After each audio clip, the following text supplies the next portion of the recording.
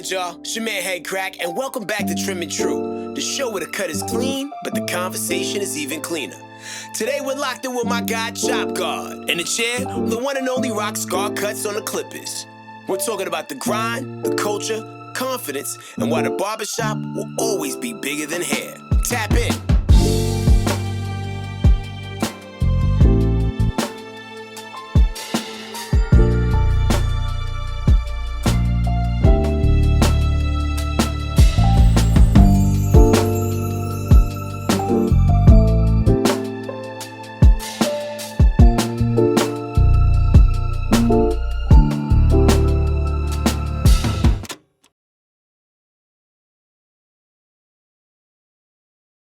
All right, man. Welcome to another episode of Trim and True. I am here with the legendary ChopGod. Man, blessing. Over out here in Union City, brother, Yes, man. sir. So, what's your story? How did you end up in the shop? How did cutting and styling people find you?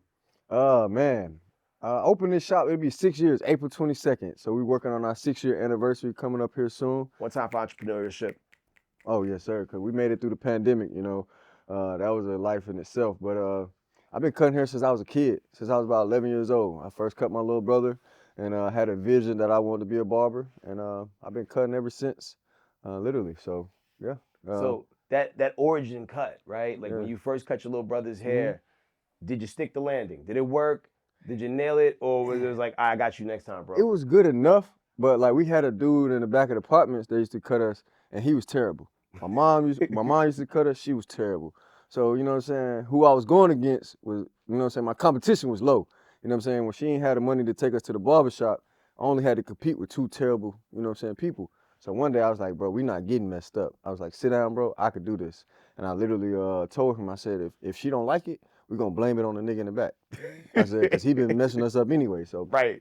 Moms came home and she looked at my little brother. She's like, oh my God, Ike took his time. That was his name, Ike. She's like, Ike took his time. You know what I'm saying? It looks so neat. Like the lineup is so crispy. And I was like, nah, Ma, I did that. She was like, boy, don't lie to me. I'm like, nah, Ma, I did that. I took the clippers out your bathroom and I did that. She's like, you used the clippers in my bathroom? I'm like, yeah, the one that was on the sink. She's like, well, you know you weren't supposed to use them.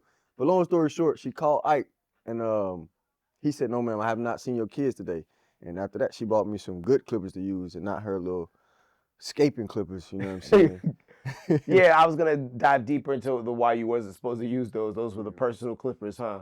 She had a boyfriend at the time, and Oh, it okay. just, you know, it just wasn't supposed, Sometimes it's best to know less. yeah, exactly. Yeah, Yo, but I put alcohol on it after the cut, though. okay, a little sanitization. I didn't put alcohol on my little brother, so it's all good. Nah, but that's dope that you like really like nailed it after your first try. And also big shout out to moms who cut hair. You know what I'm saying? Because like I came from a situation where like sometimes I go to the barbershop, sometimes my mom would do it, sometimes my uncle would do it if he was around. And my mom was like really good and handy with the clippers, but every now and then it'd be like, yo, I should have saw somebody. You think that had any result to where your hair is right now? Nah, I'm gonna blame that on Jerry Curl. Okay. Yeah, Luster Silk. Luster and all Silk. of them. That red and yellow bottle, that blue and white bottle. I feel like a lot of people out there, we're all eligible for a class action lawsuit. I can see that. Holla at Trim and True. We're gonna set it up. Got to, bro. If I get a lawsuit, I know where to go. I'm gonna sign it. But Yeah. I ain't rock the curl too much, man. I did want to look like Michael Jackson at one point. See, that's the thing. Like, depending on where you were and how old were you when Michael Jackson was at his peak, MJ-ness, that's kind of what did it, man. I've like, you know, like when people do like a surgery and the surgery don't take, like, oh man, they put a kidney, his body rejected it. My hair will always reject the Jerry curl. It would only look good the first 8 hours of getting it, and then it would completely dry up like tumbleweed. Go back to Kunta.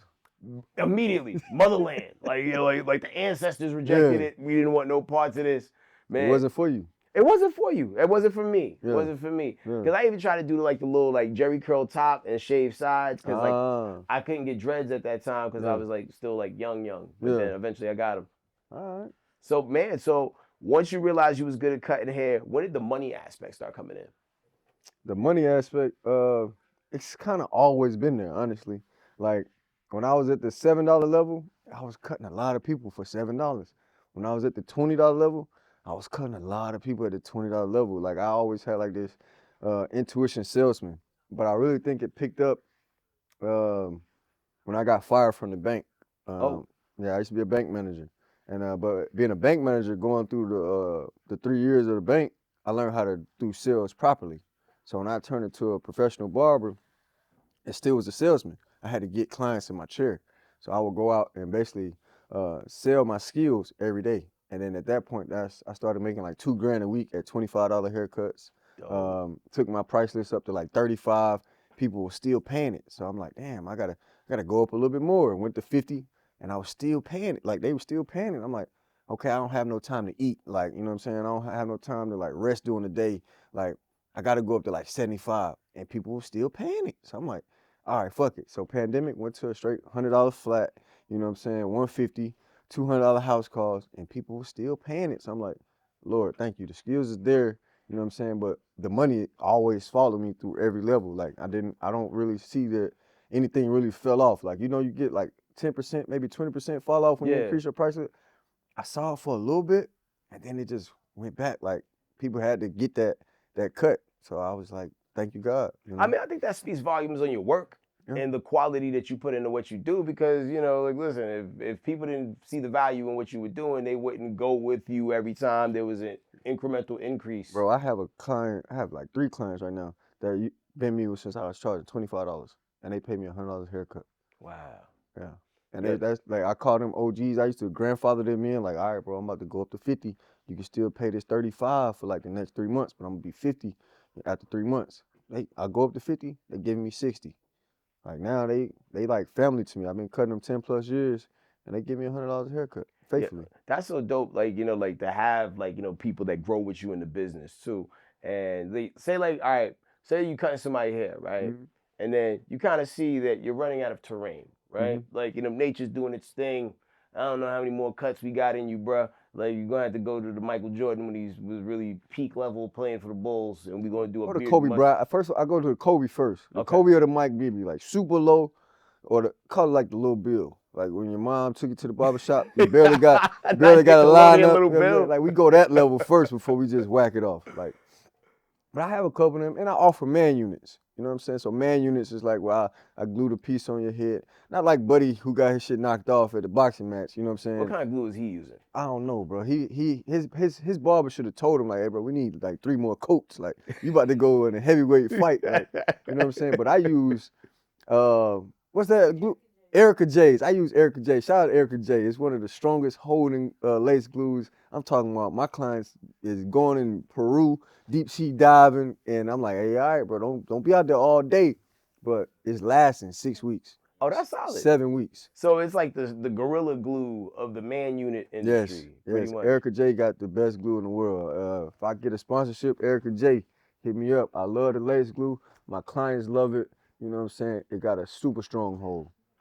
Yo, like, and it's crazy how far that game has come. You know what I'm saying? Like, you know, like I remember, like you go back to the 80s, you know, people used to vilify the women, like, oh, you got a hair weave, and now like it's become commonly accepted a little bit more.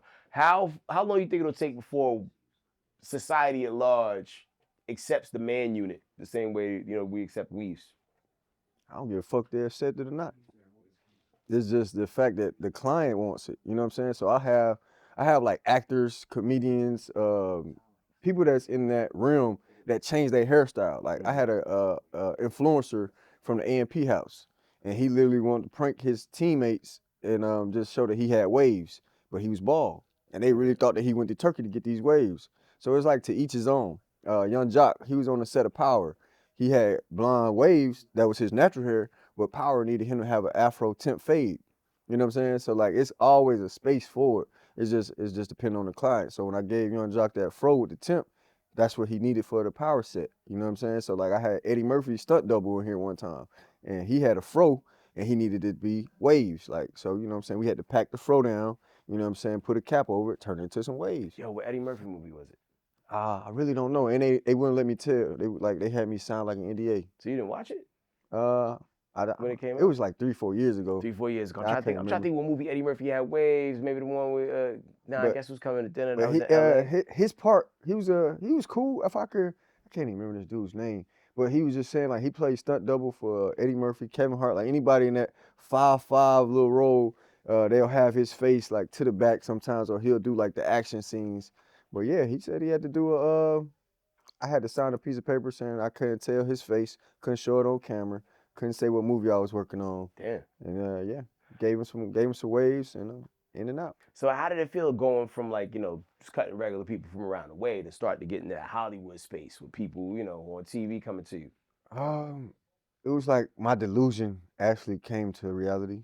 Like I had already seen it. Like, you know what I'm saying? When I told my father in a prison visitation, like, hey, bro, I'm gonna be a big barber. You know what I'm saying? I was like 12 years old. Like, hey, I'm gonna be a celebrity barber. I'm gonna be cutting people all around the world. He told me, like, man, go work at the bank. You good with numbers. Go be a financial advisor. Like, you know what I'm saying? Do something like your mom did. Like, and I was like, nah, bro, I really could take this cutting hair serious because I could draw. You know what I'm saying? So I had already seen that I was gonna be pro at cutting hair and I was gonna cut professional athletes. But back then my delusion was crazy. I was like, I'm gonna be a professional football player and I'm gonna cut my teammates to show the world that, you know what I'm saying, I'm still a sick barber. But I never made it pro in football, but I made it professional and with these clippers, with these hands God gave me. That's a very specific goal that you Yeah. was going for. Yeah, that was my goal for the entire like middle school through high school. What was your position you played in football? Receiver and cornerback. Got you. You still got it? You still got the snap? I still got the hands. You know what I'm saying? I went to Tennessee State, walked on as a receiver, played cornerback as well, kick return, punt return. You know what I'm saying? Got kicked off the team though. What'd you do? Man, I was late. I was late to a 4 a.m. run. It was like I got there like 4:05. Damn. You know what I'm saying? I was walking in with like the seniors and the juniors thinking that, you know what I'm saying, like I was good. But me being a freshman walk on, he was like, man, take my shit off. And I was like, it kind of embarrassed me right there in front of the entire team. I'm like, man, I just made the squad, moving up on the depth chart. Like, you know what I'm saying? These other seniors and juniors is with me. You know what I'm saying? But I had to take accountability. Like I wasn't in that role. I wasn't a scholarship athlete. I can't do what scholarship athletes do. So that's a lesson to all the kids out there, man. If you still earning your spot, you know what I'm saying? Don't think you could do what, you know what I'm saying, the other scholarship athletes or the major guys are doing. You got to still earn your buck every day. I was supposed to be there 10 minutes early, not 3 to 5 minutes late. Nah, that's real. So it was like a one and done, like a one strike. Man, he was just, Coach Reed was like, no nonsense. Like, and that day, I think we had just lost that week. So that's why we had the 4 a.m. run. You know what I'm saying? So like the 4 a.m. run was already our punishment. We knew we was about to get some stadiums, some hills, all that. And I was the most in shape person, you know what I'm saying? So I just was going through the ropes thinking like I'm good that morning. And nah, he had to make an example. Like, you know what I'm saying? Like this, the most conditioned person, and he running the fastest mile, and he got one of our top 40s, and he's out of here. Like, you know what I'm saying? Anybody can get it. And we had 112 walk-ons, and they only chose 3, and I was the top walk-on. So it was like everybody was surprised, like, damn, he cut Dennis, like, you know what I'm saying? So I'm like, yeah. So like, when you get a crushing blow like that, you know what I'm saying, especially it being something that you wanted to do, how long does it take you to mentally recover from that and get back on your mission, or figure out what the next play is? I kind of flow like water. You know what I'm saying? Like I didn't let it hinder me. It hindered me a little bit when I came back home, and I was like, damn, I'm really not playing ball. But then like it's always like, what's next? Like I can't let that stop me. So then I was like, okay, I'm gonna transfer to another school. I'm gonna work in time being to pay for that school. That's how I ended up working at the bank. Okay. You know what I'm saying? I was working at Wendy's and at the bank at the same time to pay for my efforts to get to Georgia State. You know what I'm saying? Because Georgia State wanted me to basically sit out a year for academic reasons, coming from a smaller school to a bigger school. But literally, it's just like I just knew it was time to pivot, and I knew my efforts was doing something because I had one of my teammates who was on scholarship. You know what I'm saying? And when he graduated, he didn't make it to the league. He called me, and he was like, "Yo, Dennis, I'm thinking about killing myself." You know what I'm saying? Like, how did you transform from like being a football player to just like being a professional banker? Like, you know what I'm saying? You already got the suits on. You're a manager now. Your career's taking off. Like, how'd you do it, bro? Like, how did you just pivot from football that easy, bro? I can't pivot from football. Like, I've been in football since I was 5 years old. That's all I know. And so when he called me, that gave me like a sense of security. Like, bro, I'm doing something right. Yeah. You know what I'm saying? Because people was watching, even though I didn't make it in football, like at least people looking at my mental. You know what I'm saying? Because he was ready to hang it up. He didn't make it. He had the same trainer as something Golston. It was a big time receiver. Went to Notre Dame that year, and they had the same trainer, the same manager. And he literally was saying like he thought he was gonna be a shoe-in. He didn't make it. And yeah, when he called me, man, I was like, bro, listen, I said, bro, your life is precious, bro. Fuck football, man. Like, if you make it to the league, cool. If you don't, cool. I said, but you got another chapter. I said, right now we just writing a new chapter, bro, but you can't close the book. Yeah. I said, you got too many people depending on you. And, man, he went on to play arena football and became one of the best football players in arena football. That's all right, man. You know what I'm saying? Shout out to your words, man. Put the wind in his sails and got him, got him through them dark times. Sometimes you never know what conversation is going to keep somebody alive. You know what I mean? Or like, give them another lifeline to, continue to push through. Because like, I think as men, we'll deal with the things we deal with, feel like we don't got nobody to talk to about what we're going through. And then sometimes we let the flag go down on our own ships. We don't have to. All we gotta do is just talk to somebody. Because society raised us to be like tough and stubborn. Like, I got it. You know what I'm saying? Like, so we don't really have a space to say like really what's on our mental. You know what I'm saying? That was one of the biggest lessons I got from an ayahuasca retreat one time. It's like, hey man, I'll make you suffer till you ask for help. And I was suffering. Yeah. It got to a point. I was like, I need somebody to hug me. Yeah. Tell me I'm gonna be okay. That's it. Help me. Get me out of this. You know what I'm saying? And that was the lesson I had to learn. Cause like, peak male stubbornness. I know I got it. I don't need it. You know, that kind of thing. So, well, at the end of the day, I learned that we can never do everything by ourselves. We need a community. We need brothers and sisters. We need somebody to talk to in this space where we just got to vent one day. Yeah. You know what I'm saying? I don't like people say like, oh, he complaining. Sometimes you just got to say something and let it be out. Like me, I might come to this motherfucker and be like, oh! And they be like, why you barking? Like, bro, I got to get this energy out of me. You know what I'm saying? I got to get it out of me real quick. And they be like, that nigga weird, bro. Like, nah, bro. Like, it's the most normal thing you can do. Man. You can be walking around all corked up with all these feelings inside, man. You got to let it go. Like, and I ask my team, like, how you bark? What's your temperature like? You know what I'm saying? I want to hear your bark one day, man. I got a dog in the fight. Word. You know what I'm saying? Some people, sometimes you got the bark, sometimes you got the meow. You know what I'm saying? But we don't meow over here. You know what I'm saying? We all dogs. Big dogs. Let me hear a roof in the back. You know what I'm saying? You know what I'm saying? You got to stay ready, baby. No doubt. So, like, the dope thing about, like, what you were saying, like, you talking your former teammate down. And just people that walk through this door. Everybody comes in with their luggage, their burdens that they carry. How do you handle the burdens of others, being a great communicator such as yourself and just kind of retaining all that info? Knowing how to deload.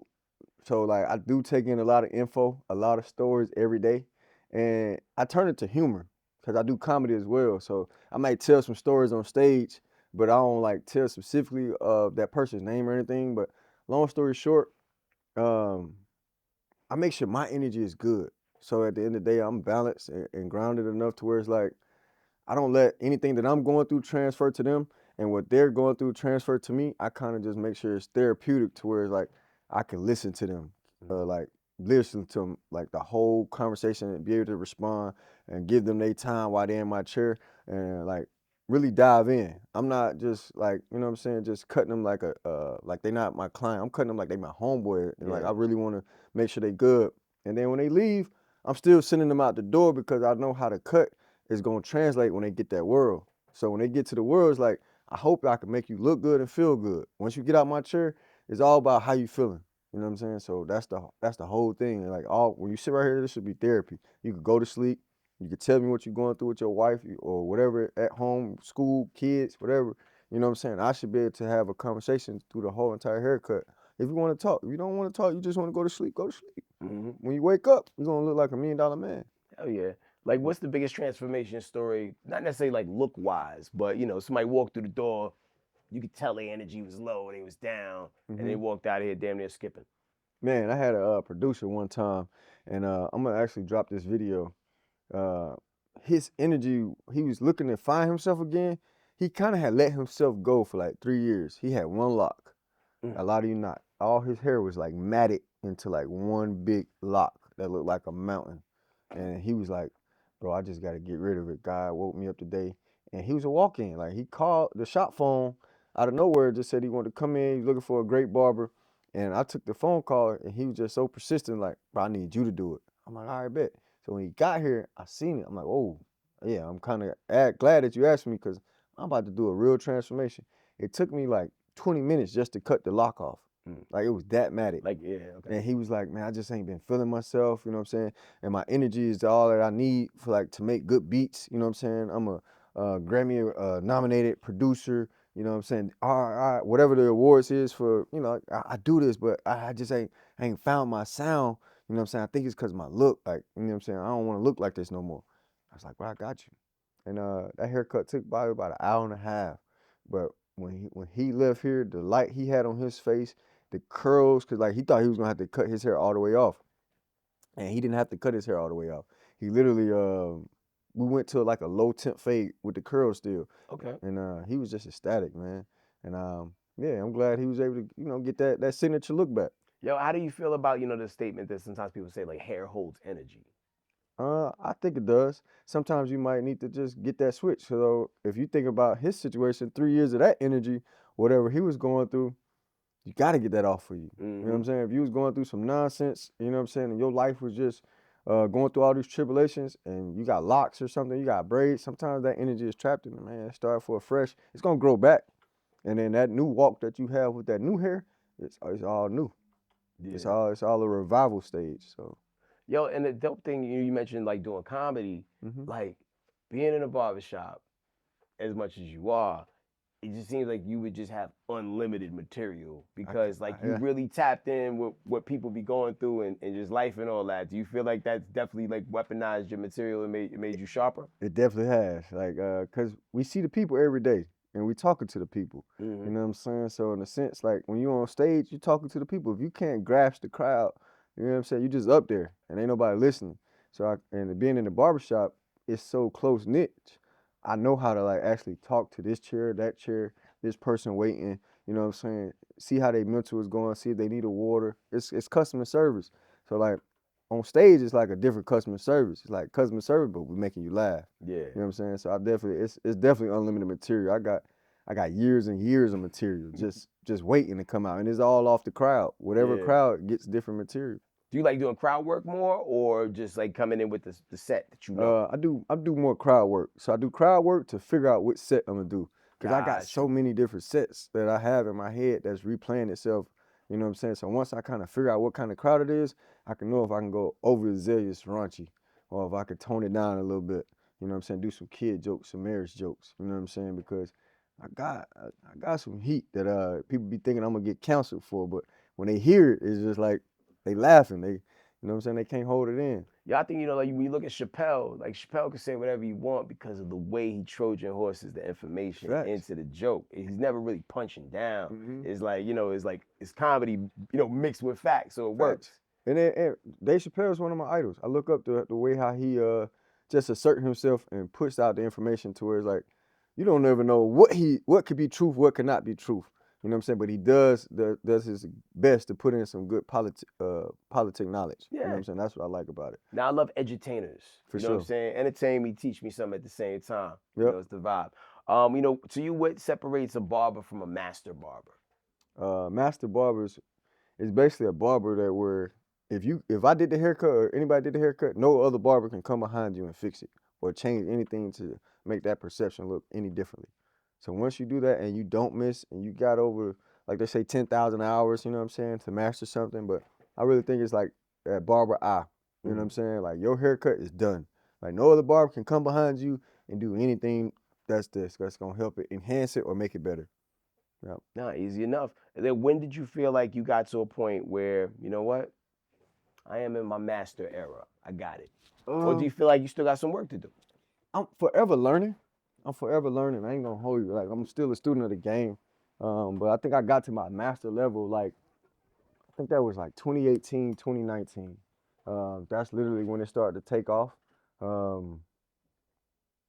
learned how to do a different technique to where it's like my haircut lasted longer. And that technique was more so fading down and not being afraid to like minimize the amount of hair inside my fade. You know what I'm saying? So that way you can walk around with a nice crispy fade for at least 7 days. And as it's growing back, it's growing back in a way where it doesn't look like a mushroom. It's looking like you're still faded while it's growing in.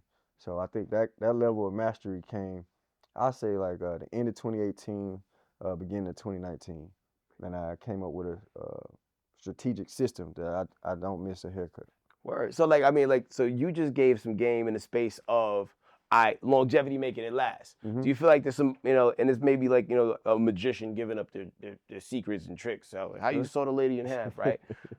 Are there barbers who strategically cut hair in a way to where you guys see you again in 2 days? I don't like those barbers. Me neither. Those barbers are quantity barbers. I'm pushing that my knowledge be worldwide with my course that's dropping soon, and I still train students just to show them like you're here to make it last. Even though you get them in and out in a timely fashion, you're not supposed to just get them in and out just to make them come back. You know what I'm saying? That's some bullshit. Yeah. You know what I'm saying? Those are the $25, $20 barbers. You know what I'm saying? They want to see you twice a week, whatever. But I hope we can push those barbers out the game. Yeah, we gotta get them out of here. Yeah, their haircuts age like Walmart produce. Come on, bro. And I know shade, but you know what I'm saying. I don't think you should be getting a haircut where you can buy eggs and bread from. Like you got your eggs and ice cream on standby. Like, hey, bro, let me get a temp in the line, bro. Like, can I put these over here real quick? You got a refrigerator? Let me use the refrigerator, bro. I got some eggs, bro. How long the wait is? 10 minutes, 15 minutes? Like nigga, you just bought all this produce and all this dairy. Just leave it in the trunk. Like, that is an odd placement for things. I'm just not getting a haircut where I could like buy eggs and bread. I'm just not, bro. I'm with you on that. Like, like I feel like I hit a low if like, man, I'm with the Walmart, got a cut. I just don't feel right. All these owls looking at me. You know what I'm saying? I got 20 bags right here. Like, bro, I'm gonna go put these in the car. Then you sit down 30 minutes waiting. You got another 30 in the car. It's like, bro, you done let all your cheese get warm. You got lamb chops outside. You know what I'm saying? You got steaks and shit. Your broccoli done melted. Like, you got all these frozen. Yeah, it's all trash now. Man. Yo, man, you do a lot, but what gives you the butterflies in your stomach before you go do it? Is it, I know football is a little bit behind you, but was it football, comedy, or cutting clients' hair for the first time? What gives me butterflies still to this day? Or scares you the most? Or like, you know what I'm saying? Like, there's some things that puts people in their nerves. Like, man, I love doing this, but like, you get that feeling, that jitter. Not because you're scared, but because you care so much about it. It's my give back to the kids. So like I do a give back with the Boys Anderson School. It's a school for homeless kids, and so it's all on me in a sense. Like I set up everything. Okay. You know what I'm saying? So it's like a school of like 120 kids. So I love these kids so much that like I want everything to be just right. I want to be like, I want 10 barbers to be there. I want 10 stylists to be there on time. I want the food to be there on time. I want whatever we doing that day. If we giving away iPads, shoes, I want everything to be there on time because I don't want these kids to feel like less than when they leave my event. I want them to feel like the world. So when I get in there and it just be like my stomach, I had be in knots and be like, damn, bro, where's this person? Like then people start calling me, I'm 10 minutes away. I'm like, why you ain't been here? Like it just, I don't know, like that coordination. I just be one of them kids to feel so special when they know ChopGod coming to their school. We got another event coming up, 3/18, and like I'm still right now running a frenzy because we're gonna do a carnival day. We're gonna bring 10 tents to their school. We're gonna cut all the boys. We're gonna do our best to get all the little girls some good hairstyles. Teach the girls how to do nails. We're gonna have them catered lunch. It give me those knots because I just want it to be right for them. You know what I'm saying? I want them to have that feeling like that they still got a chance. You know what I'm saying? Shout out to you for pouring into the community, man. And that's real. Like, I mean, like, a lot of times women get credit for being nurturers by nature, but there's a lot of men who naturally like to nurture as well. Yeah. And and we need to normalize men caring. Oh, for sure. We do care. Tupac ain't the only one. Oh no, we love the kids, man. If it's anything dealing with the kids, like teaching them how to be barbers, mentor them young, you know what I'm saying? I'm on that. Yo, because a lot of times, like, especially in like single parent homes, like, the barbers sometimes are the only men other than maybe an uncle or a granddad that may be in certain kids' lives, man. So like, it's important that we show up, you know what I mean? No, yo, man, shout out to you, man. We got your client RoccsCarCuts in the building, and we're going to try to holler at her for a little bit, and we're going to holler at y'all both together, man. Thanks for keeping it trim and true with us, bro. She's a client today, but she's actually one of my students that went through the program. Okay. She's doing some great things in the community right now. We're going to hear all about it. I can't wait. In the chair, we got RoccsCarCuts. What's going on, yo? Nothing much, So you're from Conley, Georgia. Yes. What rappers come out of Conley, Georgia? Little kid, long little kid, man. That's what's up. For You know what I'm sure. saying? Because I feel like every pocket of like, you know, because everybody thinks people just because they're like in the Atlanta circle or the out there in from Atlanta, but like nah, there Yeah. be people from like the outskirts. Yeah, I'm from South Side. Like, I grew up my life on the South Side of, you know. Got you. So like, Not, what got you into the seat that you're in right now? So I started off playing basketball. I'm a basketball player, and then I started cutting hair as a barber when I met Jay. Really? Yeah, for sure. He showed me the ropes. He picked me up from ground zero to show me everything. Like if you could go somewhere and get the knowledge, they've been doing it 20 years, and you can go there and they're gonna give you some of it. You're gonna get the experience they got from 20 years and however long it take them to show you. So I'm glad I just got the opportunity to be able to learn what he know. And There he is. So when you linked up with Jay, aka ChopGod, was it Sure. from a standpoint of like he came to a game, or were you a client of his and y'all just was chopping it up and then all of a sudden it happened? It was a girl who I had went and got my hair cut by, and I was like, I didn't even really know like girls was cutting hair till I seen it. And I'm like, oh, okay. And this where she was working at, but she didn't work here no more. And then so I talked to her, and then she was like, well, Drake got people up there. So when I came back from school, the first place I went, I texted him on Instagram and said I want to come up there. So then when he told me about the shop and everything, I straight pulled up, came into the door, and he was telling me about how he show you how to cut hair, and he charged.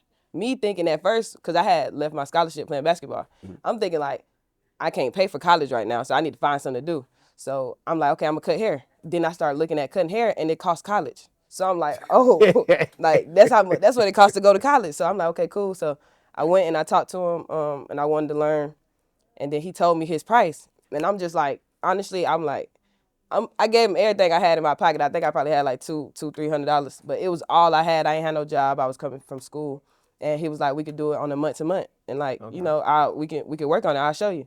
And I was in here like, I'm talking about cleaning the bathrooms, the base, the floor, like, you know, the bottom of the barber seats, windows, mirrors, like just helping out any way I can, because like I see what's going on in here and I want to be a part of it. Like I see this man in here from 8 a.m. and we not leaving till 8 p.m. So it's like, I need to figure out what's going on. And I see other barbers that they in here doing stuff, but like they may have 2 clients. So he doing something. Yo, like the passion that you immediately had for the craft is unparalleled. Because like a lot of times, you know, when people are locked in on the thing that they locked in on, they don't pivot as quickly as you did. Like, what got you to stop playing basketball? So it was a mix of stuff as far as me just learning that basketball is a business. Mm-hmm. So I realized I'd rather do my own business. But my little brother passed away. His name Terrence Denson. My condolences. For sure, I appreciate that. He passed away, and then I just really couldn't, like, the basketball, it was time to get real life. And they wasn't getting paid then when I was doing it. That came immediately after. Don't you hate that? For like, sure. You kind of like Crispus Attucks this thing, and now all of a sudden, because that was the problem I had. I'm like, you know, I got to pay for school. Yeah. So that was my main thing, like going to get those scholarships and do stuff like that. When my brother passed away, it was like you still have to do something, because my little brother like folks who get money, who got something going about themselves. Like, you can't be lame, you can't be broke, you can't be no bum. So that's all I was thinking in my head. Like, it took me about a month, because I was going through what I was going through, but then me seeing what really go on in here, and me seeing like this man cut hair, and he's able to cut. He don't have a job. Like, these people out here have jobs they go to every day, and some people hate their job. Yeah. But he come in here and cut hair every day. Like, he cut hair. He do what he love. So like, that's like basketball to me. It kind of like immediately just translate into the same thing for me. It's so dope that found you when you found that. Like, you know, when you did your first haircut, how did it go? It was crazy because I kind of got like threw out there. I was in here like, I was working in here like, I don't know how long it was, but I had been in here for a while. And I was in here by myself, and a walk-in came in. And I just told him, I was like, there's no barbers in here right now, bro. Just come back later. And he was like, okay. He came back later, and the shop was full. Everybody like had people. So Dre was like, you ready, Londa? Londa got, no, he came in, and I was like, that's the walk-in from earlier. And he like, you ready? Londa got you. I'm like, who? Like, who got you? He like, yeah, Londa got you. She gonna cut you. And then it was even more crazy, because what I learned was that you cut the hair down a little bit so you could see. The first thing he tell me is, yeah, my last barber cut my hair down a little bit, so don't do that at all. I'm like, what, bro? Like, you just cut my whole train in a little bit. So that was kind of crazy, but like, that became my client. He stayed, he came back, and was rock and roll from there. Okay, so like the first time at bat wasn't a fumble. You didn't strike out. Oh no, I did great for sure. Okay, I did cool. great. Sure. What was the hairstyle when it was all said and done? I think it was like a little. He started getting lineups. It was a little low temp on the sides, but he ain't want nothing cut off at the top. He wanted his man baby hairs. Yeah, like he ain't want the little tape, like how people be having that little tape in the front. He ain't want that. Like how I got right here. He ain't want that. Got you. So that was. He just wanted little Wolfie in the front. He just wanted my cut, just right. That's all it was. He needed me. That was perfect timing, really. He needed what I had, and I had what he needed. He probably couldn't get that at another barber. Got you. So so from cutting your first client, getting it right, how long did it take for you to start getting comfortable? I don't think it probably took a good couple months, maybe like 6-7 months. But I was doing it every day, so it was kind of like comfortable for me. Is probably different from normal people. Like where most people would have been comfortable at is different because we got like I'm looking at ChopGod every day. So like even when I was good, like we finna go pull up on Young Jock and go do a man unit. It's like you ain't doing, you feel me? Get up, do some more.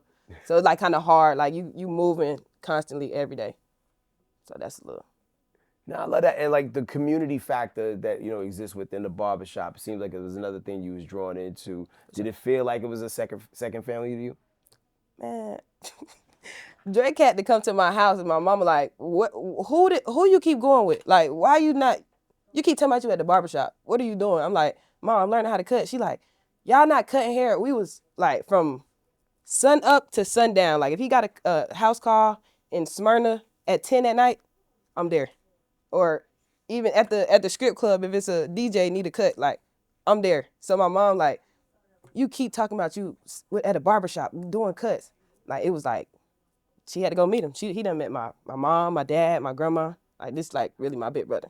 Like it's a barber coach thing, but like it's family for real. He just taught me a lot. That's a different type of relationship though. Like, like I think we've only really encountered maybe one that was like very similar. There's one a barber and a client. They went to school together and like they had that deep long running relationship. But to meet the fam, man, you know what I'm saying? For sure. Like, and they probably all fell in love with Dre, right? Like yeah, for sure. Sanji's cool. My grandma came up here and prayed for the shop. Really? Like when she first seen the shop, and I think it was a pivotal moment for even the shop too, because like, Dre he not old, so like he play music like we listen to. So my grandma come into the door and she like, hey, when you have older people in here, like, or just anybody of this kind of nature, you transform the room to them. So if kids come in here, you don't want to play cuss music. If somebody like me come in here, you don't want to be cussing. So they talked, they had that conversation. Like from then on, I could tell the difference. Like if a kid come in here, he get to smiling, jumping up, playing like happy music and stuff like that. Like, so it was like, I like that. My family was real embedded into my stuff. For sure. Well, you're gonna be excellent. You're gonna be excellent in every area. For sure. No, like like I'm real big on energy and just not only with just people but rooms. You know what I'm saying? I could tell when someone has been stabbed in a building or something. Like I'm just weird like that. But like there's a good energy in here, and I think it's because of the community that you guys built, the energy that Dre has. Probably your grandmother's prayers as well. Like, I mean, it all builds a solid foundation where people can feel safe. Because the world is crazy when you walk outside of four walls, man. So you want to go to as many safe places as you can. In addition to like what you do in the hair space and what you did on the court, you also got this clothing brand, Rockstar. Tell me about it. So Rockstar originally comes from the scars that Rock left on our hearts. Now, Rock is your brother. Yeah, my little brother named Rock, Terrence Denson. But for the world, it means to like go through your scars with a smile. Go through your like the things that happen to you. Let that build you. Don't let it make you go left. The things that happen to you, it's what make you who you are. Don't run away from it. Don't try to hide from it. Like that's you. Anything that bruised you and didn't kill you, it made you who you are. So you have to go through those things. Like you have to, walk in it. Yeah. Don't act like it ain't you, it's you. Yeah, Wherever you come from, that's you. Yo, man, I think, it's your history that is the recipe that makes you are who you are. And I think, it took all the things that you went through, all the things you experienced that formed the awesome human being that you are today. You know what I mean? And I'm sure if your brother was here, but you ain't lame. Yeah, for sure. You know what I'm Overly, saying? for sure. Nah, you did the thing, man. So, like, how can people get the clothes? You can go Rockstar, RoccsCar.com, Instagram, every platform is Rockstar. Man. So, like, are you one of those people, RoccsCar.com. you rock it, like, every day? For the most part, like, if I got it if I got something, I'm gonna wear it. You gotta be like the FUBU guys when they came out. Like, they had FUBU on every time you saw. You Yeah. didn't catch them not wearing FUBU. Yeah, I try to wear my stuff every day. I know other people probably be like, dang, I try to wear it like all the time. Unless it's dirty or something, I'm putting it on. Like the brand. every trip, like even if it's just a little pants or a little shirt or something like that, like I try to wear it. And I'm at the point now where I have pieces. So like I've been doing it for a couple of years. So sometimes I'll be mixing stuff up and it don't even match, but it's mine. And it's just like, yep, I got that Rockstar on. Yeah, man. Own it, own it, own it. Own the scars, baby. For sure. So, like, also, too, man, like, like the art of the pivot, like you had to pivot from basketball, the world of, like, barber and grooming, and to also, like, owning your own brand as well. What's, like, some advice you would give to somebody that wanted to jump out of something that they was comfortable in and doing something new? Because, a lot of times we scared of new territory. For me, I feel like, and I know everybody's different, I feel like you have to try or you'll never know. Like, I'm not afraid of, like, when I changed to cutting hair, I knew it was going to be people who was like, man, you a basketball player. I ain't letting you cut my hair, because my dad was that person. Like, he wasn't saying it like that, but he just wasn't letting me cut his hair, because, and he bald too, but he wouldn't let me touch his beard. He like, no. So I think that originally showed me that the people that you around for the most part too ain't going to be the ones putting money in your pocket. So it really don't matter. Like, just try what you want to do, because when it's their turn, everybody else in the world, they going to try what they want to do. So you might as well, like, you in control of your life. Did your dad have trust issues? Because, like, the beard is, like, it's hard to mess that up. Like, that's what, I don't know, but I feel like, I don't know. It's just like, some people, they gonna be doing what they're used to. So once you come outside the box, they gonna say something anyway.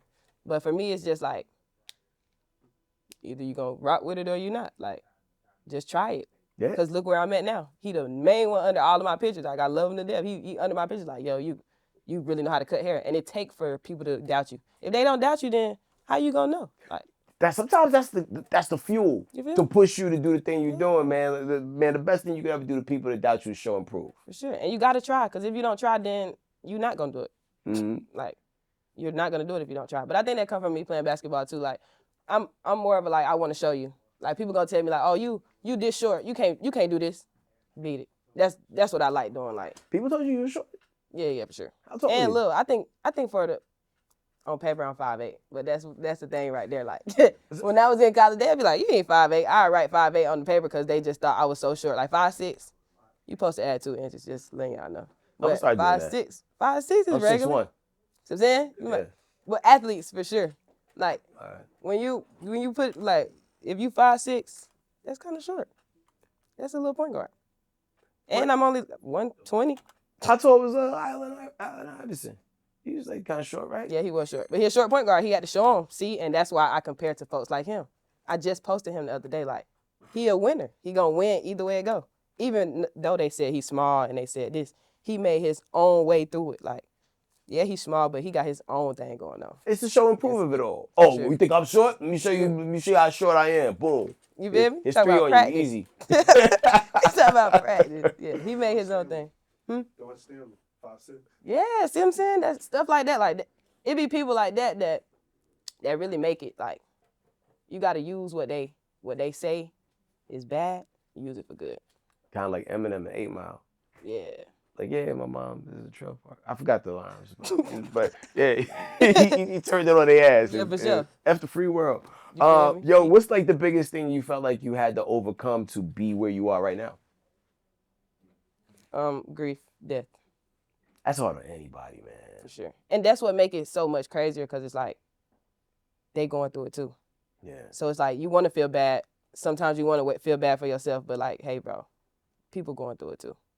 And like, for me, it's just like anything that changed in life, like, it just helped me to be more like flowing.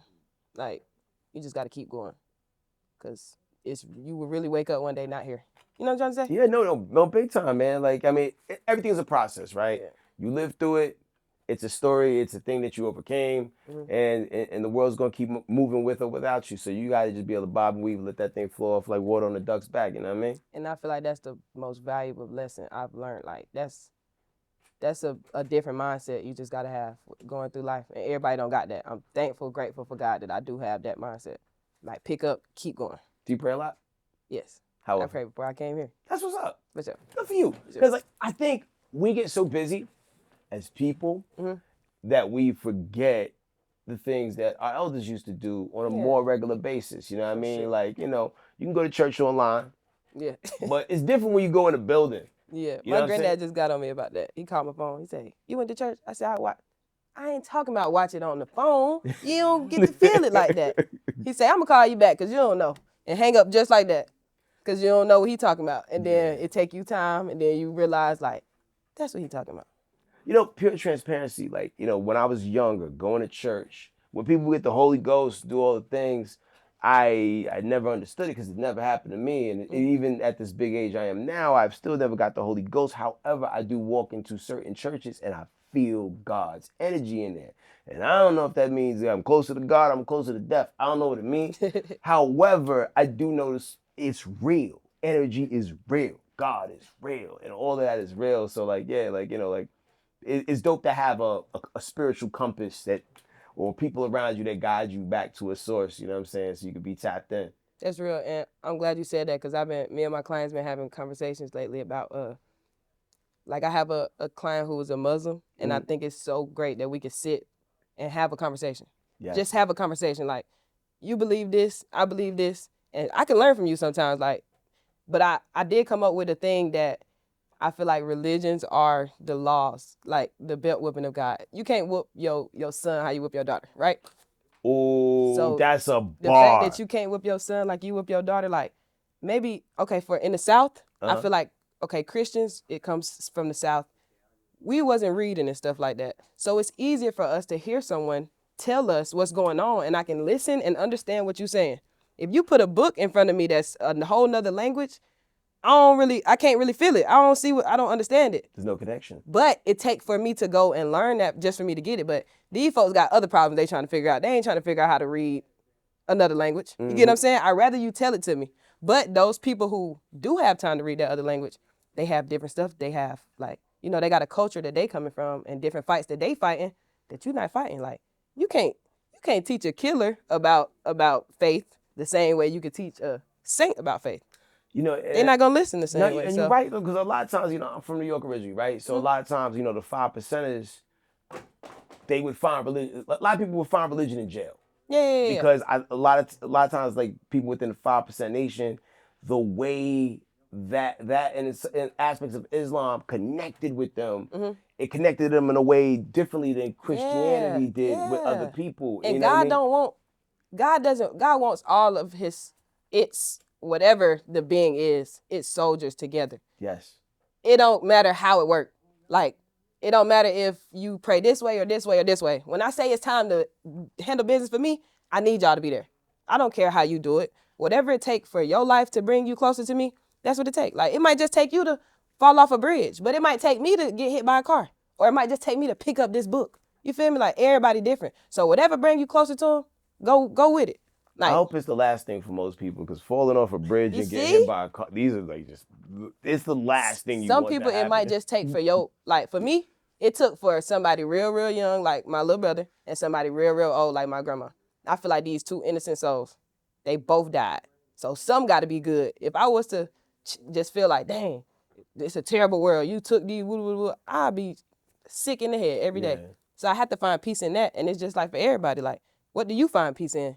That's who and what God really is. It's not like this book or this piece of this person. You know what I'm saying? Like, we can't even fathom what it is. Most people, if God was right here in your face, you wouldn't even know. That's the scariest part. I tell people all the time, man, if Jesus came back today, you'd kill him again. Because nobody trusts anybody or believe any, So it's your relationship that you have that make you what it is. Like, you got to get your own relationship with your higher thing. You feel me? And do what you feel right. You get convicted by whatever you get convicted by. Everybody do different stuff. You feel me? Stay tapped in. For sure. Yo, man, in real time, I watch your shoulders get down. I watch you get comfortable. Yeah, I watch you sprout angel wings. You know what I'm saying? Like, yo, you one of them ones, yo. And, man, I appreciate you telling us your story and just being so transparent and showing people that no matter what kind of trials, tribulations you encounter, man, you know, people gonna come in your life, people gonna leave your life. But at the end of the day, it's how you continue their memory and carry on not only for them, but also for yourself as well is what, you know, I think, you know, will be the biggest impact. You know what I mean? So shout out to you, yo. For sure. Shout out Cool. to you too. Yo, man, yo, you did a great job, yo. RoccsCarCuts. Be sure you Appreciate cop the gear, and I want for to talk sure. to both of y'all together, man. Let's get our man back in here, man. ChopGod. Got the dynamic duo in the building. ChopGod, RoccsCarCuts. So, you know, we loosely talked about how y'all locked in. Like, so what was your first interaction together like? Our first interaction together? I remember she just came in one day and she said she wanted to learn how to cut. And then I was like, all right, I got you. I was like, let me see a haircut. And I think she like showed me a cut that she had messed up or something. I just handed her the phone back. I just need to see what level she was on. Mm-hmm. And I was like, all right, bet. And then she was like, that's good. I was like, we got work to do. You know what I'm saying? And He said messed up. That was my best cut. yeah. Oh, wow. Yeah. And I had from literally there, just started. from there, she was just hard working. Like, you know what I'm saying? Coming in every day. She wanted to be there when I was there. You know what I'm saying? She spent the night at my house sometimes. Like, she was literally with me a lot of the times, like 24 hours. Like, you know what I'm saying? Learning the game hands on. You know what I'm saying? And we just built a connection because, yeah, it was, I don't know. She really wanted it. Like, you could tell her drive. Like, if I was here at 8 a.m., she would call me like, bro, you at the shop? All right, I'm going to be there in like 5 minutes. And I like that because a lot of people, they get an opportunity and they waste it. You know what I'm saying? Like, if I'm here at 8 and you coming in at 12, and that don't add up. If I'm coming in at 7:30, you know, I'm telling you, I took 2 extra people, and you coming in at 1. Like, where's the connection? So she wasn't like that. You know what I'm saying? Yo, man, persistence and tenacity, and like, you know, like, so knowing that you felt that was at that time your best cut. Mm-hmm. Like, what was running through your mind? I was happy. Like, I mean, not like it didn't make me no difference. I wasn't tripping about it, but I just understood like that didn't even faze him at all. Like, he wasn't even worried about. He gave the phone back so fast. I just tried to skip past it like he did. Like, okay, forget that. So, and like, and the fact that you still like invested time and energy and believe in it speaks volumes, like, you know, on your patience and your ability to lead and teach, and then also your persistence in showing up. And we failed to mention when I was talking to you that you actually now have like gotten to the point where you have your own shop. Yeah. How does it feel to be a business owner and know that you really got it from the mud like that? So when I opened up Rock's Closet, I'm not gonna lie. For me, it was like, and Dre has said this before, like, and he didn't say it personally to me, but I've heard him say, like, get your own and you'll see. And I respect him so much more because it's like, that's real. Like, you get it and do it yourself, and then you'll make your own decisions and you'll be able to see how it work out for you. And like, that was the biggest lesson that he could have taught. And I appreciate that even more too, because it's like, I do things how I want to do, but I get a more found respect for people who do what they do. Like 6 years in, like, come on, bro. Yeah, it's no easy feat, man. Sure. Like, it's one thing to like show up and get a check. It's another thing to make sure everybody else get paid and the bills and all that other stuff and run everything, man. It's tough. And also, too, in addition to all the things you got going on, you also have a clothing line as well, ChopGod. Yeah. Tell me about it. I give that part to her. You know what I'm saying too, because I've always been a creative. But when she saw me making like shop merch, she kind of amplified it. You know what I'm saying? She was a more so like, oh, I got this idea. Like, I found these distributors. Like, let's test these out. You know what I'm saying? So I'm like, all right, bet. I got the bread. Let's do it. So we made like a drop of like barbershop jogging suits. We went crazy with the colorway. We did like 100 some jogging suits, and then we were selling them for like $147. But I also had this idea from like 2015. I had drew it up for my cousin's high school graduation T-shirt or something, and it won. So like 3,000 kids had this design for Charles Drew High School. Long story short, I showed it to her, and she like, yo, we got to push that. Like, why you sitting on that? Like, you got all these ideas. Like, just see what it do. Like, you tell me all the time, just do it. Like, you know what I'm saying? Like, don't TRY it. Just go in and get it out and see how the people like it.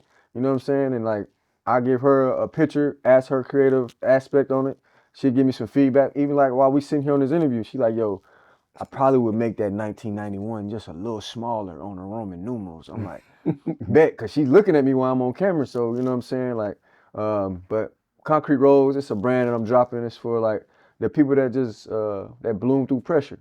You know what I'm saying? They continue to grow even when growth seems impossible. I feel like everybody got a Concrete Rose inside of them. So. Man, I love that, man. I love how y'all both push each other. Like, Rock, if you would say that there's anything in particular that you learned from Chop, what would you say that thing is? Life, man.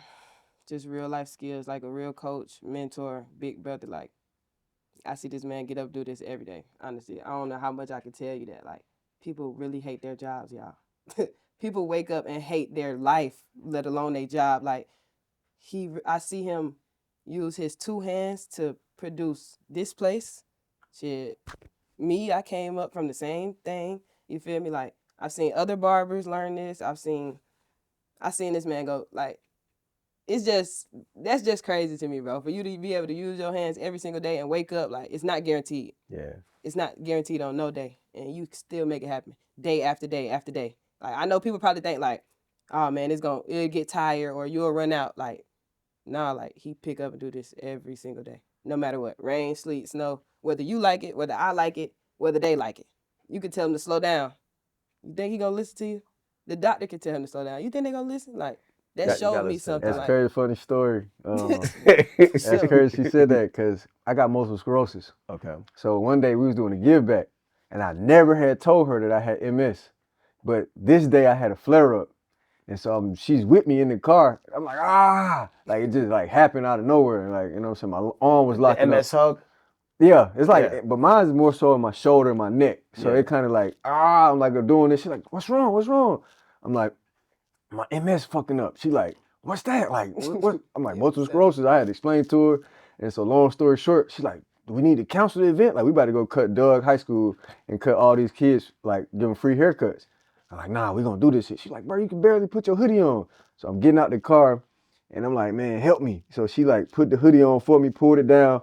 She was like, how the fuck you gonna cut hair? I was like, just watch. And like, you know what I'm saying? She like, yo, we need to cancel. Like, you sure? I'm like, we good. Like, she like, you sure? I'm like, we good. So we get in there and I'm like, nobody, I ain't telling nobody. I'm like, got the crook in my neck. I'm like, all right, let's go. I'm just turn my head to the side. You know what I'm saying? And we just rock out. And then, man, that's commendable, man. Bro. Yo, if y'all ever need help, like when you go to one of those schools, like I can cut the bad kids' hair. So, you know what I'm saying? No, we gonna have them looking right. You know what I'm saying? No, we trying to have them come out there looking super fresh. Nah, I have them all look like DMX. You know what I'm saying? Like I give a little military cut. You know what I'm saying? Just to help out, man. Cause like, there's people in my life that have MS as well, and like I know how tough those days can be. You got somebody in your family that got MS? Yeah, and I know how those days can be. That's why I know about the MS hug. Yeah. You know what I'm saying? Like, some days you can go 100 miles an hour. Some days you gotta lay in bed all day. And But he don't have them days. Like he not gonna go. Well, he had the days. I ain't gonna lie, he have them. But this man not finna just. He won't do it. Like, bro, chill out. Like, sit down. No, he's steady trying to do stuff. That taught me a lot. When you're driven by purpose, you push through the things you got to push through. But you can only push through when you have a great support system, which clearly he has. You know what I mean? Like, what's something that you learned from Rock? Something I learned from Rock is just let that light shine. Like, you know what I'm saying? On to your truth. You know what I'm saying? Like she say, like what you going through, your scars make you. You know what I'm saying? I kind of looked at my scars. Like, that's who I am. Like, that's why I could talk about multiple sclerosis more open. Like, in the past, I didn't want to talk about it. I felt like, you know what I'm saying, people would look at me as like some type of inadequacy. You know what I'm saying? Because if I tell you I got MS, you probably wouldn't respect me more as a barber or something. I used to think like that. Like, maybe I lose some of my clientele because they thinking I'm not able to cut their hair as great. You know what I'm saying? But she kind of make you, like, understand, like, you know what I'm saying, own up to your scars. Your scars make you who you are. You know what I'm saying? Like, so I get on stage, I could talk about everything from my father serving in prison in life for a crime he didn't commit to me having multiple sclerosis, like a whole bunch of stuff. Like I really own up to my truth and just be me. Indeed. So like, you know what I'm saying? That's like, I appreciate her for that. She coming in, when she was in here, she coming in shop every day. You know what I'm saying? With light, whether it was like overzealous or, you know what I'm saying, sometimes talkative, sometimes not a little talkative. but she had that light, like that's her truth. You know what I'm saying? So I respect that. Man, I love when I see people have that. You know what I'm saying? Like somebody who can like, fill in the gaps where there may be gaps to be filled and just moving as a duo and just, that teamwork, factor. Because it's hard to do anything alone, and just having even an ounce of support from people goes a long way, you know what I mean? Yeah. And just real quick, talking about your father's incarceration, like, like somebody being incarcerated for a crime they didn't commit. We've seen things in the last, 10, 20 years get overturned because of new evidence. Is there anything we can do to help bring light on your father's situation to try to turn that around? We're actually working on that now. I did have some resources that helped me resubmit his case. So we definitely been using AI, for example. Like we put the court case inside AI court law documents. And it's basically just showed again, like it was physically impossible for him to do the crime they said he committed. So we definitely just want to spread awareness. We're going to get us another high-level investigator because, he been, for a life sentence for something that he didn't commit, at 17. Definitely got to shed some light to it. So, and real quick, to anybody watching, I got to take my glasses off for this. If anybody's watching this as a lawyer, anybody in the legal space, district attorney, anybody who has connections in the even pro bono space that wants to try to get an innocent man's case looked at, please tap in or drop the name in the comments below, please and thank you, all right? Because the legal system has railroaded so many people, over the years, and sometimes it's about, two lawyers in a court trying to figure out who could tell the best lie. And his situation was right after the Rodney King situation.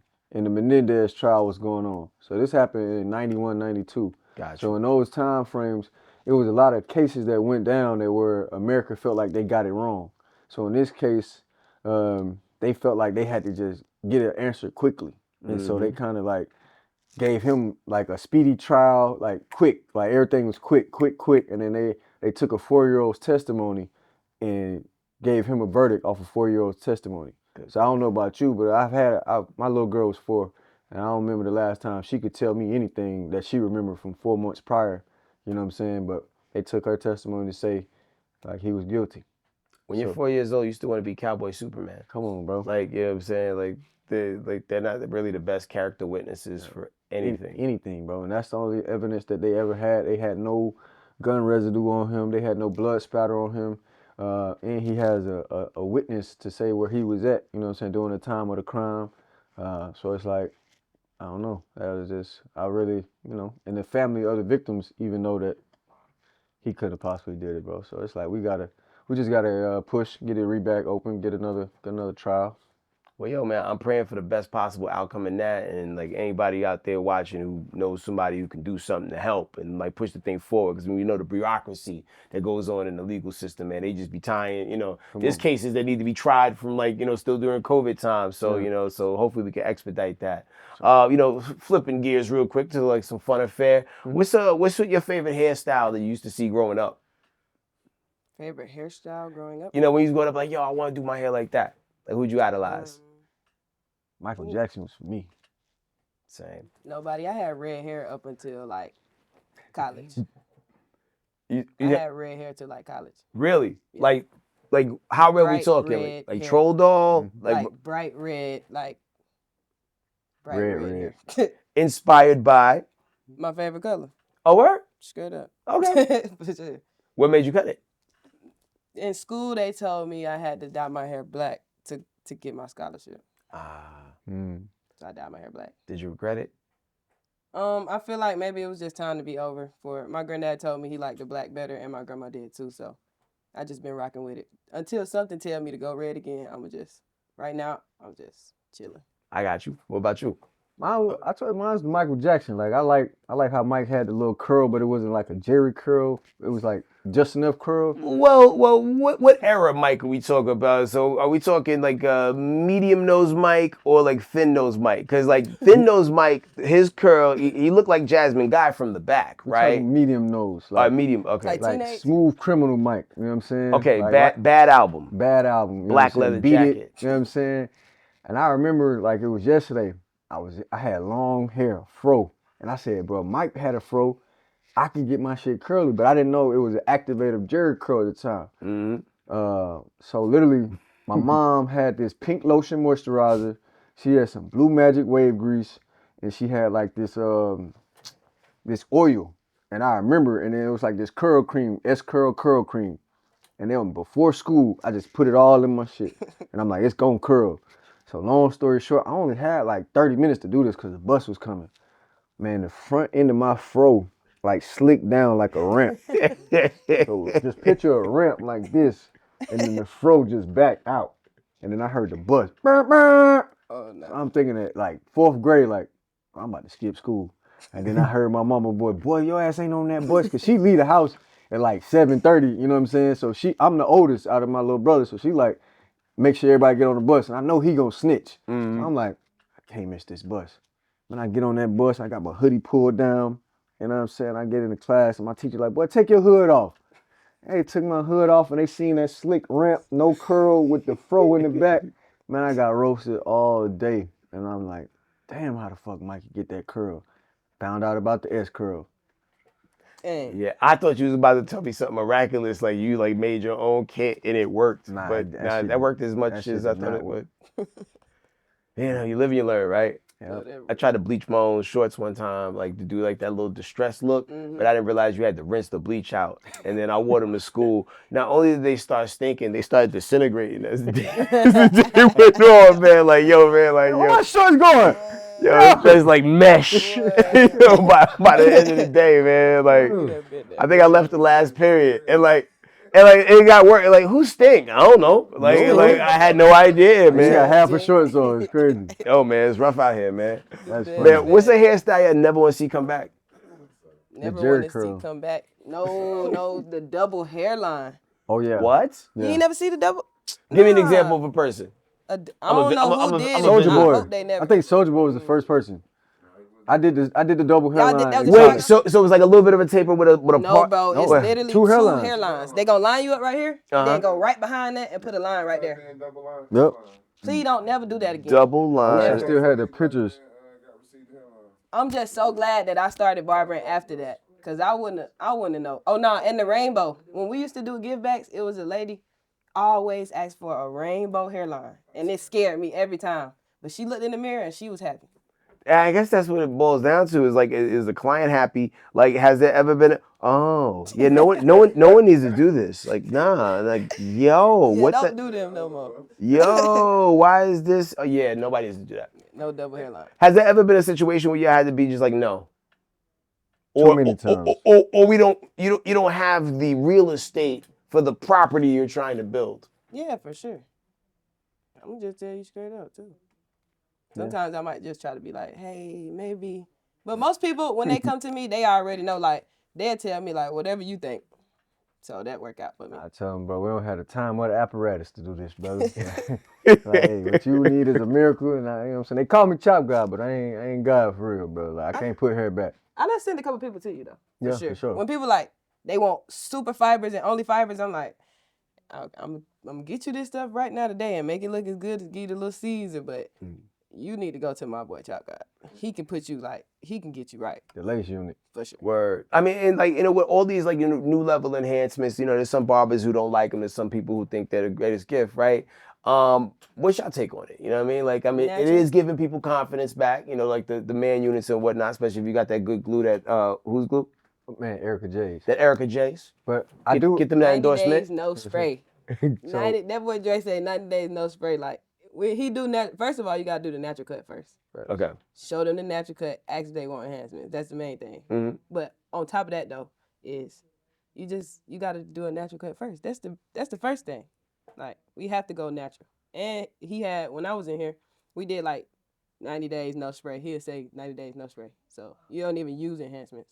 Like, just put them to the side. Yeah, the natural haircut should look like it's enhanced.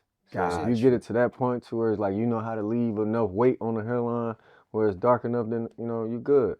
But I just say the enhancements is to each his own. If you want them, you know what I'm saying, like you got to know how to properly use them. Sure. But the enhancements should not be the focal point of your haircut. At that point, you lost. You know what I'm saying? I think those first brave souls that went out into the world, Yeah. with the Beijings and the whatnot, like, you know, when like they had like the hair in a way where like, you could lick your thumb and go. It was the And beards, wipe I it. think, that started it for them. I don't think. How you think? You think the beard started the Beijing to the point where they put it on their hairline, or you think it was at one time? I think it probably started with both, probably like in movies. I think people saw it on the movie sets, and then it was like, let me take this to the world. You know what I'm saying? Like, cause you know, actors, they be using the makeup and stuff to make sure you look good on camera, but I think at some point, like, it trickled down to the regular barbershop. Like, all right, but we're gonna do this stuff in the barbershop. Yeah. Yeah, you know who's one of the biggest like perpetrators and villains of black culture that doesn't get the shame that he deserves? Who? Hulk Hogan, specifically Hollywood Hulk Hogan, because when he came back as a bad guy and wrestled for the NWO, he had Beijing in his beard, because like you know like because he had blonde hair, but all of a sudden when he's a bad guy, he had a black beard, and was rocking that bandana too. Never knew that. Me either. Yeah. But We forget, brother. Pro enhancements too. I like enhancements. Yeah. I love Long that. He said what? No, the correct pronunciation is begin, it's not Beijing. Oh yeah, somebody did put me on begin. Yeah, like I've been saying it wrong. Like most people been saying it We wrong. don't even use that though. Oh Yeah. You yeah. down. I ain't gonna let you know though, but I don't use Beijing. It's too powerful to concentrate, and it got like PPE in it, and some that ammonia, it breaks certain skins out. So it's other natural dyes we could use. If you know you're gonna go natural anyway. Them chemicals have you looking like the Toxic Avenger if you leave it on too long. Yeah, I did a client one time with that begin. Man, came back looking like a Nutty Crunch bar. Like, that was my first and last time ever. It was like 2012. Like niggas face swole up like he had gout in his cheeks. Oh. And he was just so hot. And I was like, yeah, never again. Can I ask a question? Go for it. Your worst, craziest haircut. Like, not like a good one. Like, this a mess up. Man. My first year in the barbershop, talking. You know what I'm saying? Doing, like, you know, thinking I'm, you know, just talking to the OGs and thinking I'm slick with the razor. And I took a quarter size skin out of nigga head. Oh. Oh, you know. And yeah. With the razor. With the razor. I remember I had the white lather on it and I was slicking it and I'm like, yeah, why talking. And I look back and it's like a puddle of blood, like that wide. I'm like, I almost fainted. I'm in the barbershop like, oh shit. And I'm like freaking out. And then I don't want to tell the client, but I gotta tell the client because like, nigga, you just scalped him, like gave him $150. You know what I'm saying? You gave this much skin missing. Oh man. And literally had to go back to like barber school 1-on-1, like drop your shit, sanitize, put the gloves on, you know what I'm saying? Apologize to him. And like that apology wasn't worth it. I thought I was gonna get shot. Yeah, he never came How you back. come back from that though? Man, it's like a quarterback throwing an interception. Like you gotta just live for the next play. Like every football, I'm a football player, so every analogy is like football. Like I just made a fumble, I just threw an interception. Like gotta get back right though. But it was kind of crazy 'cause I wasn't going off appointments. So like everybody that was waiting on me after that was like, beat it. right, bro, I'm gonna get with you. I'm gonna get you tomorrow, bro. I'm gonna let you lay that one down. And yeah, that day was rough for me, man. Like I literally saw like two people like, hey, bro, how many people you got? Like, you know what I'm saying? Who waiting on you? Like to the other barbers. I'm like, damn. So I lost them two. And the other third one, he like, bro, I ain't got no bald head. I'm like, all right, bro, you shit, I get you, I got you. But yeah, when I apologized to him, he was ready to fight, and I never cut him ever again. Fair. Yeah. Like it sometimes it just takes something traumatic like that. There's one guy like he cut me like with the razor like above my like lip, and I'm like, yeah, like but twice. Yeah. Oh, and like not in the same cut either. Like, I had to stop going there, man. Yeah. It'd be what it is. It's Man. just like you gotta take precedence what you're doing. Like we got that razor out, man. Take your time, do what you need to do. Like that's it. Have you ever had like something as bad as what happened in ChopGod? I don't know if it was that bad, but like for my waivers, they probably felt like it was that bad. Yeah. He was a dude, he had waves. He didn't want too much off the top. Little fade on the side, little fade in the back. But what happened was I was moving too fast and I had bookings on my appointment, like on my phone before I was really even ready. So he booked and they was finna pull up to my house. Oh. So I'm like, oh man. And they like, I'm outside. So I lined the first person up, the second had waves. And I called it was a good cut too. And I was trying to like take the fly hip waves off the top. Dip straight into the waves. And then I tried to like brush it and I was like, oh nah, he dead in the water. And he didn't see it. So I put like some like fibers right there. But I didn't know how to cut. So I didn't know you're supposed to put like holding spray on top to make him stay there. So by the time he had a brush in his pocket, by the time he walked out the door, he started brushing it and all the fibers was gone. So like, I wanted to get a video outside because the cut was good. So I'm recording the video and like, he turned, I'm like, dang, he had like a little patch in the middle. It wasn't a bald patch, but it was like a little hole in the roof. For sure. I did that too. Just don't feel bad. Yeah, all my mistakes came super early. Like, yeah, like that shaving one that was like 2015, 2014. We didn't have no cordless clippers. I was cutting in the bathroom and I was getting the flyaways and I had these big ass True Religion jeans on. And for some reason, whatever way the cord was, like the cord got stuck on the back pocket. You know, True Religion had them big buttons. And so like I'm doing the flyaways and then I just feel like the cord tug on the buttons and it pulled the clipper down. I'm like, what the fuck? Like, and I had to tell him like, hey bro, like cord just got stuck on his pocket. I don't even know how that happened. Like I ain't tell him. That was, I ain't gonna lie, I ain't tell him. yeah, But they never came back. Neither one of them ever came back. Yeah. But I never did that again though. And honestly, it took like, well, I think I was cutting for at least a year before I ever did that move again.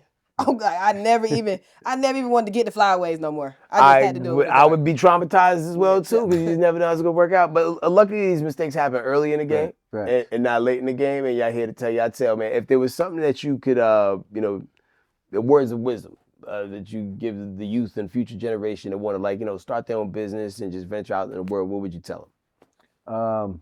I tell them go for it and like every day, just give it your best effort. Like it's your last, and don't be afraid because it only take one yes. You only gotta be right one time. Yeah. And that's just. I can give you a story about when she first cut T Grizzly. You know what I'm saying? Like, you know what I'm saying? I'm stuck in Detroit, and I couldn't get him. And long story short, I didn't tell her who she was cutting until like she had to get like 10 minutes away because I didn't want her to be too nervous.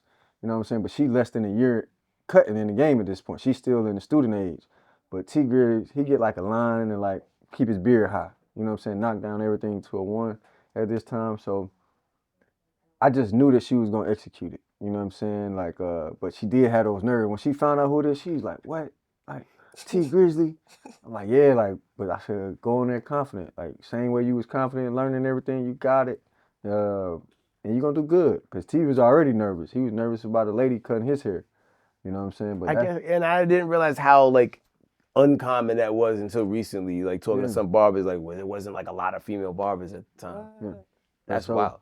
It wasn't, but I told her like, I used to mess with her all the time. Like, I prayed to have a female student, you know what I'm saying, to show the world that women could cut hair. Mm-hmm.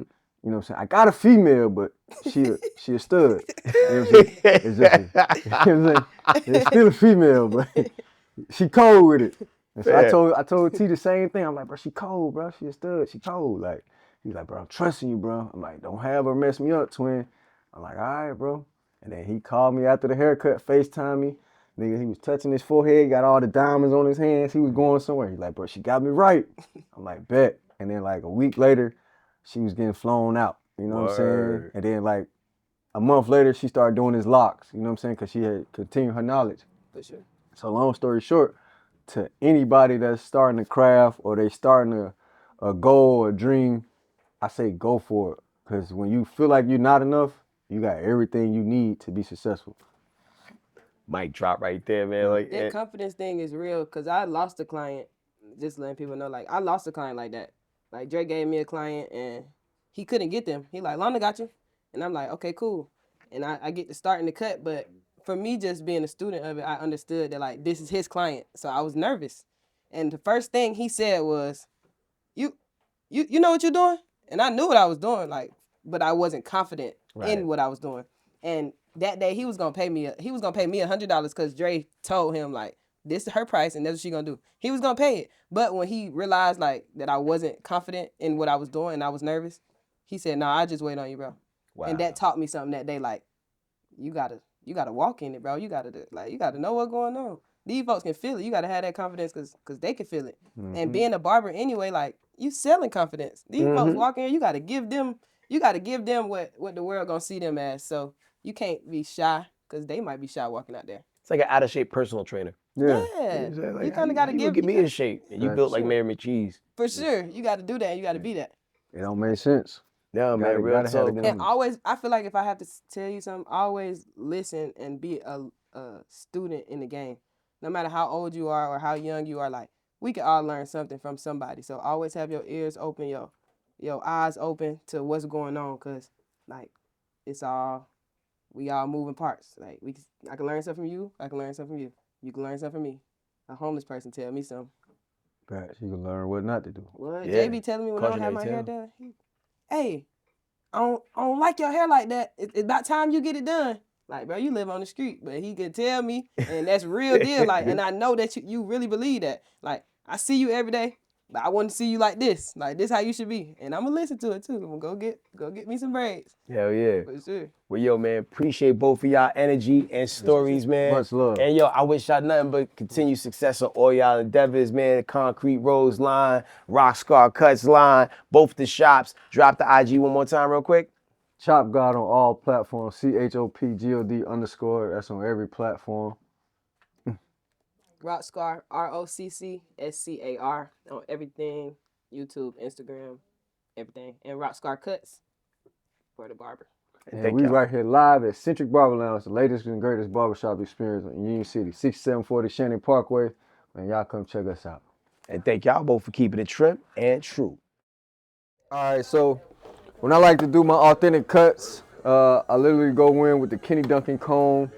I have my razor, gotta have the razor for the finisher.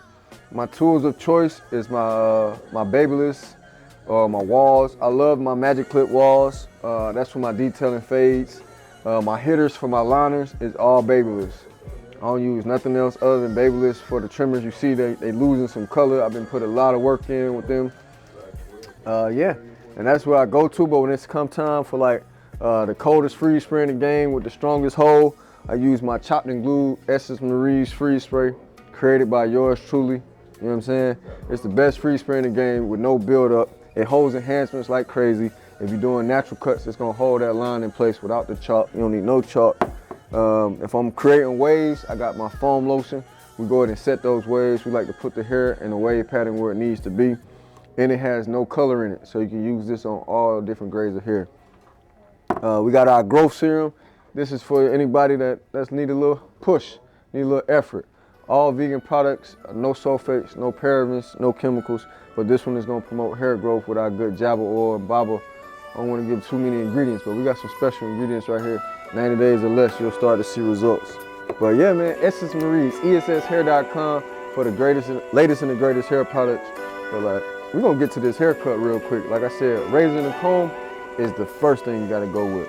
You did? Then it's right here in these hands.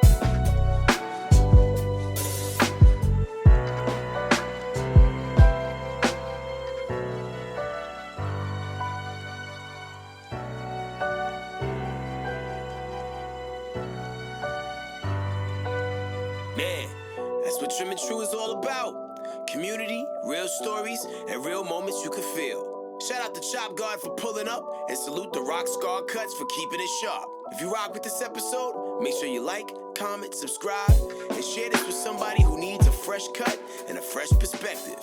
It's Headkrack, and we'll see you on the next one. Trim and True.